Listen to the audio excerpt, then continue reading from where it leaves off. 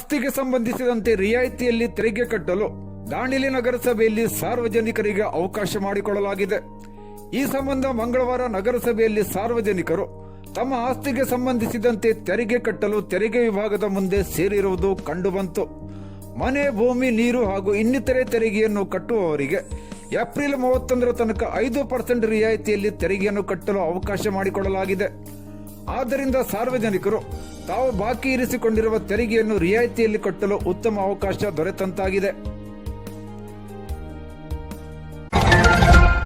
ನಗರಸಭೆಯ ಪೌರಾಯುಕ್ತರ ಕಾರ್ಯವೈಖರಿಯ ಕುರಿತು ದಾಂಡೇಲಿ ನಗರದ ಕೆಲವು ಮುಖಂಡರು ಮೆಚ್ಚುಗೆಯ ಮಾತುಗಳನ್ನಾಡಿದ್ದಾರೆ.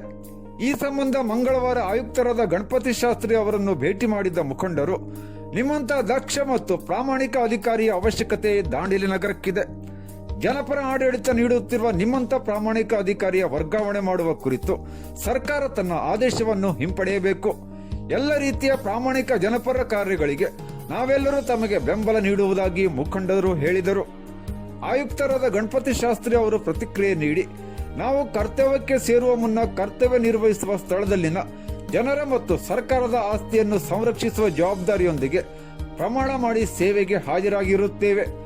ಮಾಡಿದ ಪ್ರಮಾಣದಂತೆ ನಾನು ನನ್ನ ಕಾರ್ಯ ನಿರ್ವಹಿಸುತ್ತಿದ್ದೇನೆಂದು ಪ್ರಾಮಾಣಿಕವಾಗಿ ಹೇಳಿದರು. ಈ ಸಂದರ್ಭದಲ್ಲಿ ಗೌರೀಶ್ ನಾಯ್ಕ್, ಶಿವಾನಂದ್ ಗಗ್ರಿ, ಪ್ರವೀಣ್ ಕೋಠಾರಿ, ದಾದಾಫಿ ನದಿಮುಲ್ಲಾ, ಜಹಾಂಗೀರ್ ಖಾನ್ ಮತ್ತು ಮಂಜು ಪಂತೋಜಿ ಉಪಸ್ಥಿತರಿದ್ದರು.